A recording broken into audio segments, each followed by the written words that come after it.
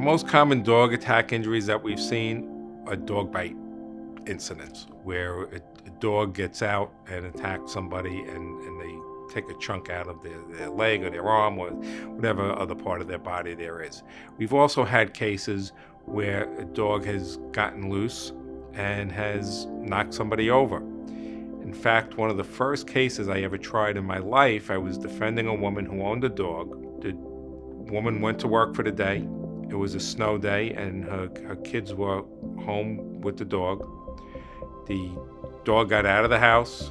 The kids were trying to chase this dog down and get the dog back in the house. It was a puppy. The dog ran around the neighborhood, across a major highway to get to a Pergament store. The dog sat down on Pergaments, and if you don't know what Pergaments is, Pergaments was what Home Depot is now. It was a hardware store. And the dog sat down on the mat in front of the door, activated the electronic eye. The door opened, the dog ran in, the kids were chasing the dog down the aisle.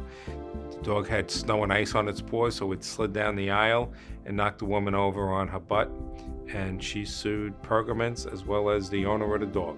Dog attack cases can result in significant injuries. They can result in a significant scarring on a body part.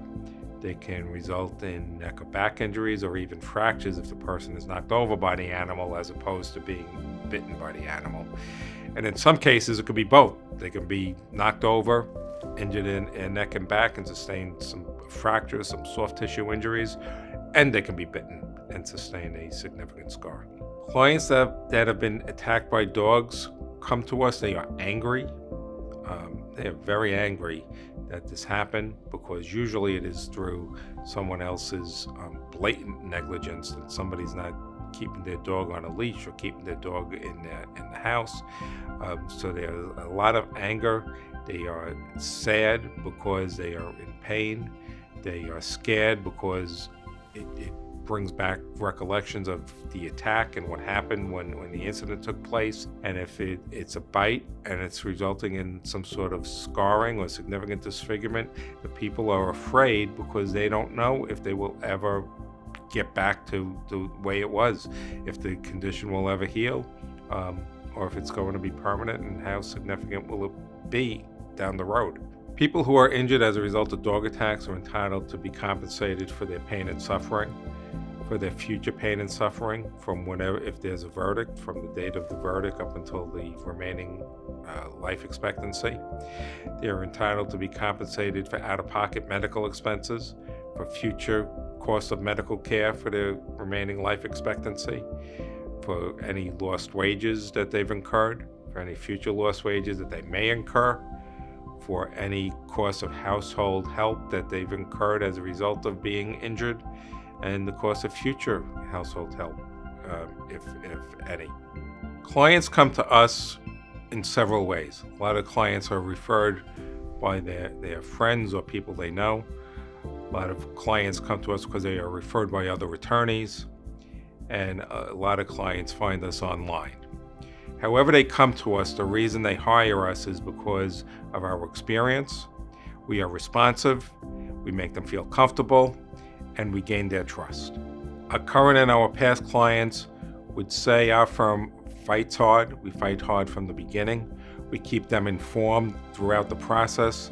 We are responsive to their needs. When they call or they email, we get back to them immediately.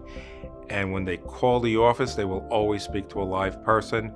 And I find a lot of people appreciate that as opposed to having to dial in through voicemail. Client communication, especially in personal injury cases, is essential. And it is the key to succeeding in any one of these cases and every one of these cases.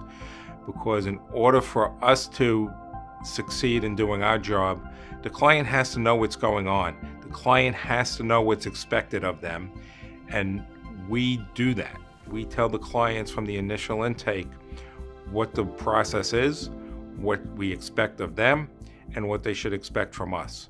The Rizzuto Law Firm is a small firm, but we're not a solo firm. We have several attorneys that work here.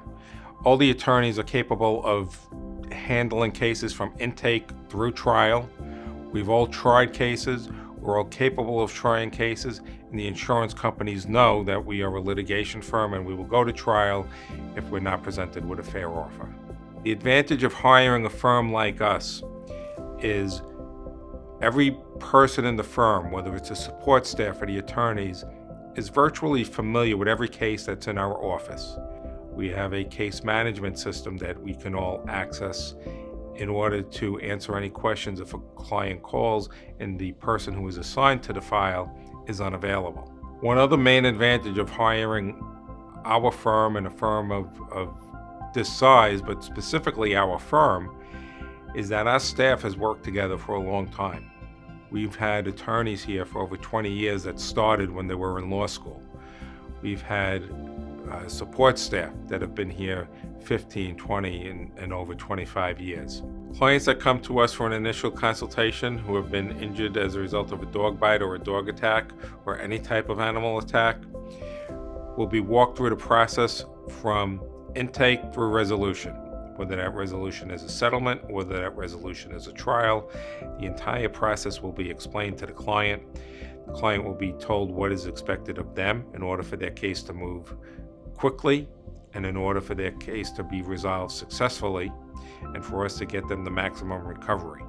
The clients will be told what they can expect from us, the attorneys and the staff at the law firm, and what we need to do in order to bring their case to a successful resolution.